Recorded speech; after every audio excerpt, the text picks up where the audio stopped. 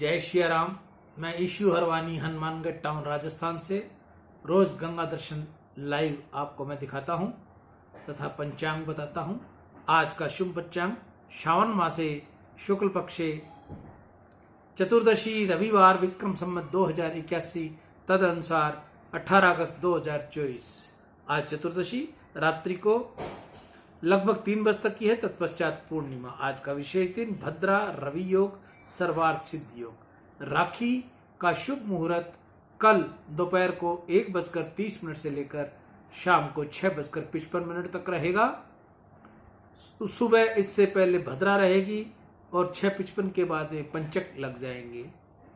चलते हैं रामायण की ओर। कल हमने आपको तत्वार्थ रामायण से वन गमन की कथा सुनाई थी, जिसका अब आगे का प्रसंग मैं आपको सुनाने जा रहा हूं। वाल्मीकि जी प्रारंभ में तो राम राम नहीं परंतु मरा मरा जप करते थे। 3 बार मरा मरा बोलने पर 2 बार राम राम का उच्चारण होता था। कर्म कांड में यज्ञ में थोड़ी भी भूल हो जाए तो उसकी क्षमा मिलती नहीं है। निष्काम शुद्धि भक्ति मार्ग पर कदाचित भूल हो जाए तो भगवान क्षमा कर देते हैं। वाल्मीकि ने कहा, आपके नाम की महिमा मैं जानता हूं, आपके नाम से ही तो मैं महर्षि हुआ हूं। श्री रामचंद्र जी ने वाल्मीकि जी से कहा, मुझे रहने को कोई स्थान बतलाएं। वाल्मीकि जी ने कहा, आप तो सर्वव्यापक हो, आपको मैं कौन सा स्थान बताऊं। आपको कोई ऐसा स्थान बताइए जहां आप विराजते न हो। दूध में, अणु में, परमाणु में जिस प्रकार सूक्ष्म रूप से मक्खन रहता है, उसी प्रकार जगत में आप अणु परमाणु में भगवान श्री राम विराजते हैं। वाल्मीकि की बात सुनकर श्री राम स्मित हास्य करते हुए बोले, यह ठीक है, परंतु मुझे रहने की कोई जगह बतलाइए। वाल्मीकि जी ने अनेक स्थान बतलाए। महाराज, आपके स्वरूप को हृदय में रखकर जो नित्य आपका ध्यान करते हैं, उनके सेवा स्मरण में सतत तन्मय रहते हैं, ऐसे भक्तों के हृदय में आप विराजते हैं।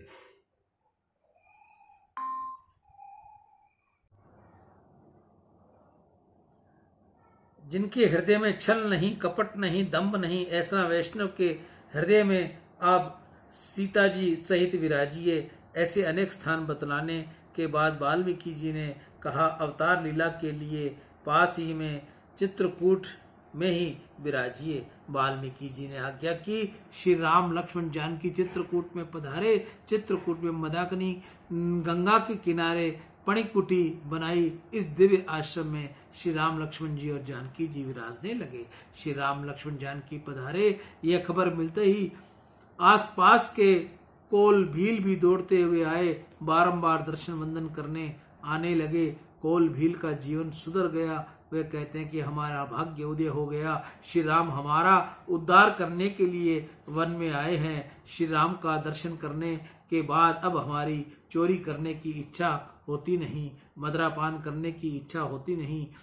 इन राम जी की नजर में कुछ जादू है। रघुनाथ जी ने हमको अपनाया है, हमारा जीवन दिव्य बनाया है। वे लोग प्रेम से राम जी से कहते हैं कि महाराज, हमें आप अपना सेवक समझिए, आप तनिक भी संकोच रखिए नहीं, हमको आज्ञा दीजिए, हम आपकी सेवा करेंगे। राम जी को तो केवल प्रेम प्रिय है। इन लोगों का प्रेम देखकर प्रभु को आनंद हुआ। उनको अनेक प्रकार के आश्वासन दिए। श्री सीता राम जी के दर्शन करने के बाद अब कोल भील चोरी करते नहीं, मदिरा पीते नहीं। कोल भील का पाप छूट गया, इनका जीवन दिव्य बन गया। परमात्मा रामचंद्र जी का ध्यान करने से ही मन शुद्ध हो गया। श्री राम नाम के साथ प्रीति करे जो ही मन का मेल धुल जाता है। संसार में रहने से ही मन नहीं बिगड़ता, संसार का चिंतन करने से बिगड़ता है। जितना पाप होता है वह संसार का चिंतन करने से होता है, और पाप छूटता है वह परमात्मा का चिंतन करने से छूटता है। सबकी ऐसी इच्छा होती है कि मुझको भगवान के दर्शन भले ही न हो, परंतु मेरा पाप छूटे। पाप का संस्कार अनेक जन्मों में मन बुद्धि दृढ़ हुए होते हैं। इसी से इच्छा न होने पर भी मनुष्य पाप कर बैठता है। सबकी पाप छोड़ने की इच्छा होती है, परंतु पाप छोड़ सकते नहीं। पाप हो जाता है। मनुष्य पाप करने से पहले संसार का चिंतन करता है। शांति से विचार करोगे तो ध्यान में आएगा कि संसार का चिंतन किए बिना कोई पाप होता ही नहीं। आंख से पाप करे, जीभ से पाप करे, इससे पहले तो मन उस विषय का चिंतन करता है। ज्ञानी महापुरुष सतत परमात्मा का ध्यान करते हैं। मन कुछ न कुछ ध्यान चिंतन किए बिना रहता नहीं। मन परमात्मा का ध्यान न करेगा तो पीछे जगत का ध्यान करेगा। मन छूटा रहे और बिना काम रहे तो पाप करता है। मन को थोड़ी फुर्सत मिले तो मन पूर्व संस्कारों में वश होकर पाप करता है। मन बेकाम नहीं रहता। मन वानर जैसा चंचल है। अकेला होते ही कूद फांद करने लगता है। वह मन को बेकार रहे तो बावले भूत की तरह होता है। उसे कोई काम न मिले तो वह खोटा विचार करता है। मन को स्तुत शक्ति में जोड़ो। जो मन प्रभु के पास जाता है वह गड्ढे में पड़ जाता है। मन को कुछ आधार मिलना चाहिए। आधार बिना मन संसार में डूबता है। मन को भगवत चिंतन, भगवान नाम का आधार दो। रास्ते में चलते हुए भी पवित्र विचार करो, नहीं तो मन खराब विचार करेगा। तुम रास्ते में चलते भक्ति नहीं करोगे तो तुम्हारी आंखें बिगड़ेगी, तुम्हारा मन बिगड़ेगा। संसार में खोटे विचार करने से मन बिगड़ता है। मन पाप के मार्ग पर चलता है। अपने मन को प्रेम से समझाओ। समझाकर प्रभु के ध्यान, स्मरण और चिंतन में सतत पिरोए रखो। विरक्त साधु महात्मा प्रभु का सतत ध्यान करते हैं। परमात्मा का सतत ध्यान करना अपने जैसे साधारण मनुष्य के लिए शक्य नहीं। साधारण मनुष्य सतत ध्यान कर सकता नहीं। परमात्मा का ध्यान करना अति उत्तम है, परंतु कदाचित प्रभु का ध्यान न हो तो बाधा नहीं।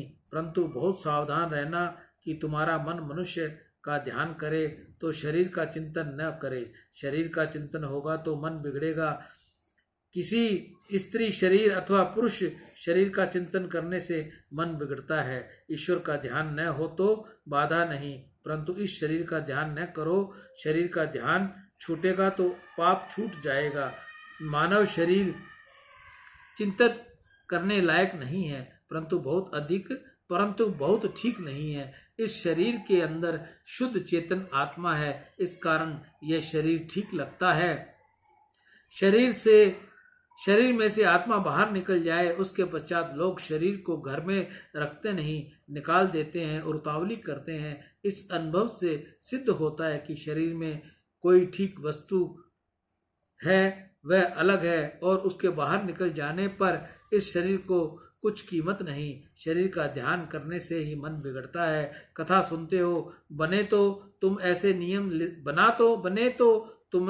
ऐसा नियम लेना कि मुझे किसी के भी शरीर का ध्यान करना नहीं। शरीर चिंतन करने जैसा नहीं। घर में सभी लोग पर आत्म दृष्टि से प्रेम रखना, परंतु देह दृष्टि का मोह किसी के ऊपर नहीं रखना। आत्म दृष्टि रखोगे तो प्रेम उत्पन्न होगा। प्रभु के चरणों में जाने में तुमको सहायक रूप होगा, परंतु जो देह दृष्टि रखोगे तो माया जाल में अटक जाओगे और प्रभु के दूर खिंच जाओगे। घर में व्यवहार करते समय भी चित्त में प्रभु के चरणों में ही जोड़े रखना। पति पत्नी का संबंध भी रखना पवित्र है। यह भोग के लिए नहीं, परंतु त्याग के लिए है। जितना पाप होता है वह अधिकांश शरीर का चिंतन करने से और शरीर की अच्छी वस्तु समझने से होता है। परंतु परमात्मा ने धन सबको एक साथ दिया नहीं, परंतु प्रभु ने मन सबको एक साथ दिया है। धन देने से कर्मानुसार प्रभु ने थोड़ी विषमता की है। किसी को अधिक तो किसी को कम दिया है। सबको इनके कर्म के अनुसार प्रभु ने धन दिया है, परंतु मन सबको एक सा मिला है। मन दीपक जैसा है। दीपक के प्रकाश में कचरा भी देख सकते हो और प्रभु का स्वरूप भी निहार सकते हो। रात्रि में दीपक का प्रकाश होता है, इसलिए छिपकली जीवों को खाने के लिए दौड़ती है। छिपकली को जीवों के खाने में ही सुख मिलता है, जबकि इस दीपक के प्रकाश से कोई रामायण का पाठ करता है, भगवान का चिंतन करता है। दीपक तो दोनों को प्रकाश देता है। मन भी दीपक जैसा है। मन में पाप भी होते हैं और मन में भक्ति भी हो सकती है।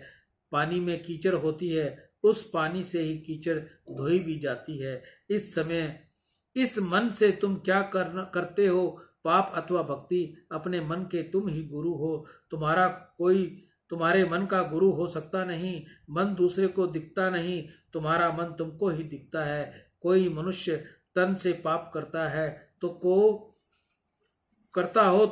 इसको घर के लोग समझाकर उसे पाप करने से निवृत्त करते हैं, परंतु कोई मनुष्य घर में बैठा बैठा मन से पाप करता हो तो उसको कौन समझाएगा? मन से पाप करो, उसकी खबर दूसरे को पड़ती नहीं, तुमको ही पड़ती है। तुम्हारी आत्मा स्वीकार करती है कि मेरा मन अब बिगड़ा है, मेरे मन में अब पाप आया है। ऐसे समय में मन को समझाओगे कि तुम विषय के संग पकड़कर पाप करता है, वे विषय ही तुझे मार पिटवाते हैं।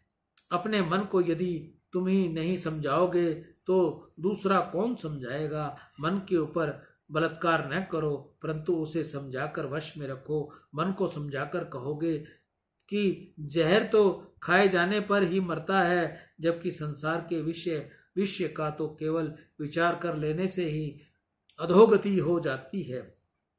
नित्य ठाकुर जी से प्रार्थना करो, हे प्रभु आप मेरे मन को खींच लीजिए। मुझ में ऐसी शक्ति नहीं है कि मैं अपने मन द्वारा आपको खींच सकूं। भगवान जिसको मन में खींचे लेते हैं उनका मन संसार में जाता नहीं। मन से ईश्वर का ध्यान करो कि अति उत्तम है, परंतु ईश्वर का ध्यान कदाचित न हो तो बाधा नहीं, परंतु कोई मनुष्य का ध्यान न हो, इससे सावधान रहना चाहिए।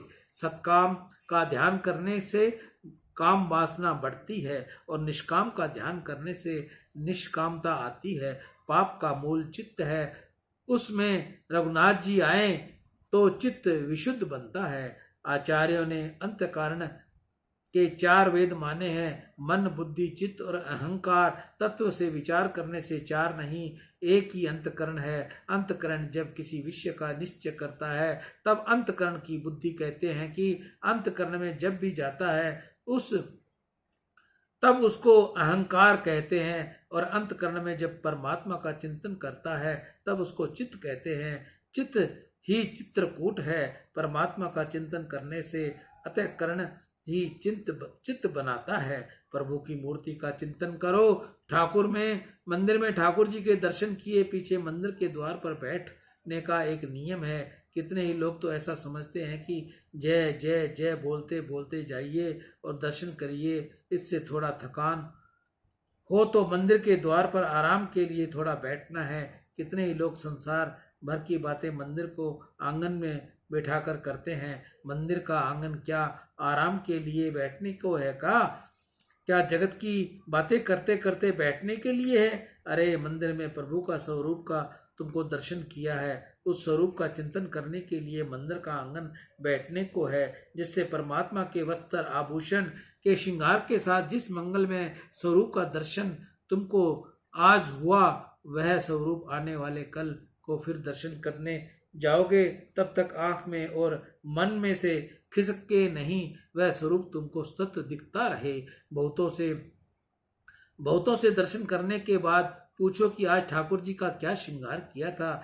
क्या वस्त्र परिधान धारण किए हुए थे, तो सिर खुजलाने लगते हैं। तब मंदिर में क्या दूसरों के कपड़े देखने के लिए आए थे? कितने ही लोग तो मंदिर में दर्शन करने के लिए नहीं जाते, हाजिरी देने के लिए जाते हैं कि वैष्णव की गिनती में मेरा भी नाम हो जाए तो ठीक है, मैं वैष्णव हूँ, भक्त हूँ। तब भगवान से कहते हैं मैं आया हूँ, अब तुम मंदिर में बैठे रहना और मैं बाहर बंगले में जाता हूँ। भगवान कहते हैं तू मेरे लिए आया है, तू तो अपनी जाति के वैष्णव कहलाने के लिए आया है, तेरी हाजिरी मैं नहीं लिखता। दर्शन तो वे करते हैं जो दर्शन करने के बाद ठाकुर जी के साथ ले जाते हैं। ठाकुर जी केवल मंदिर में नहीं अपने मन में भी आकर विराजें, इसकी आवश्यकता है। ठाकुर जी मंदिर में विराजें, इससे अपने को शांति नहीं मिलती, परंतु वह अपने मन में विराजें तो शांति मिलती है। मन के विषय भरे हुए हैं, जिस प्रकार मन संसार के विषयों में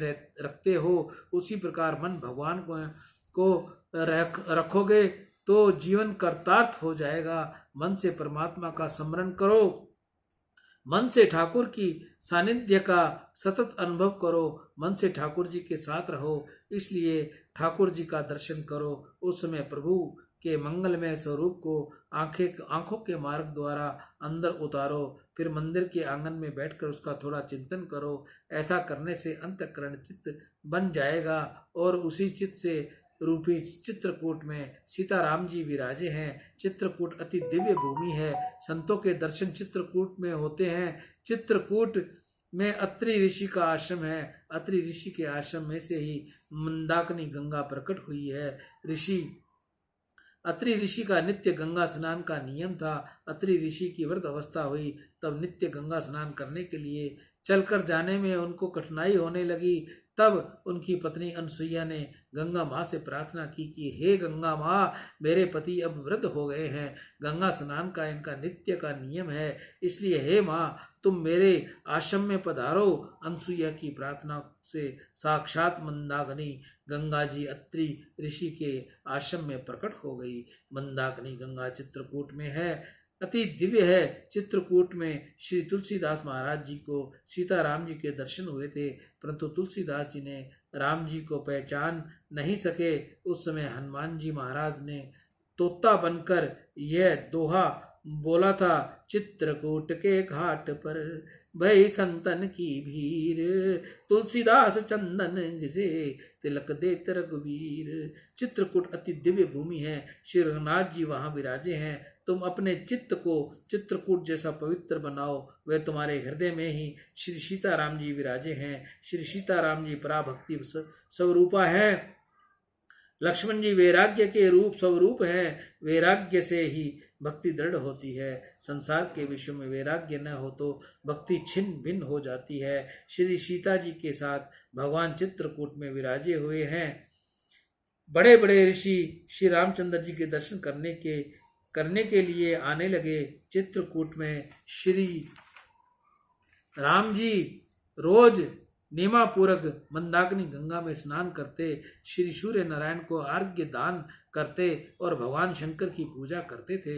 लक्ष्मण जी कंद मूल फल लाते, वह सब आरोग्यते थे। सीता जी को और लक्ष्मण को अयोध्या याद न आए, घर का स्मरण न हो, इसलिए राम जी दोनों को पुराणों के मंगल में कथा सुनाते। लक्ष्मण जानकी आनंद में चित्रकूट में विराजे थे। श्री राम को किसी समय भरत की याद आते थे।